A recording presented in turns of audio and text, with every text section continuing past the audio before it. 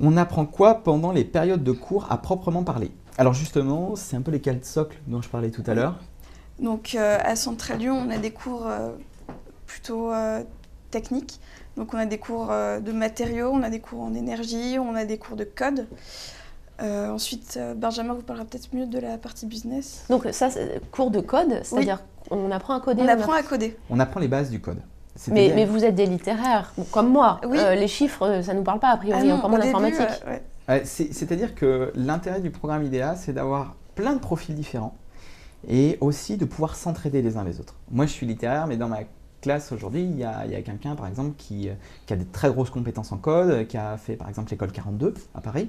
Moi, quand j'ai un problème de code, aujourd'hui, je suis capable de comprendre un code, de le modifier, de savoir à peu près de quoi ça parle. Si j'ai vraiment un besoin, l'idée aussi du programme IDEA, c'est de pouvoir communiquer avec des personnes qui ont un langage différent et de dire, bah voilà, moi j'aimerais modifier telle partie, est-ce que tu peux me le faire? Et de pouvoir aussi avoir cet échange et cette complicité. Donc ça, c'est pour la première partie. Ensuite, qu'est-ce qu'on apprend?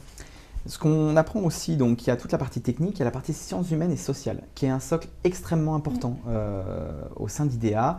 C'est toute la question anthropologique. On ne peut pas étudier l'usage d'un service, d'un objet, d'un produit, sans avoir un œil d'anthropologue. Alors c'est pareil, on ne forme pas des anthropologues, on ne forme pas des sociologues, mais la question, elle est plutôt de savoir, est-ce qu'on arrive à comprendre les concepts? Est-ce qu'on arrive à connaître les noms des grands sociologues, des grands anthropologues pour pouvoir peut-être après prendre des livres, essayer de se renseigner plus quand on en a besoin pour la création de notre boîte ou quand on en a besoin au sein d'un projet interne à une grande entreprise.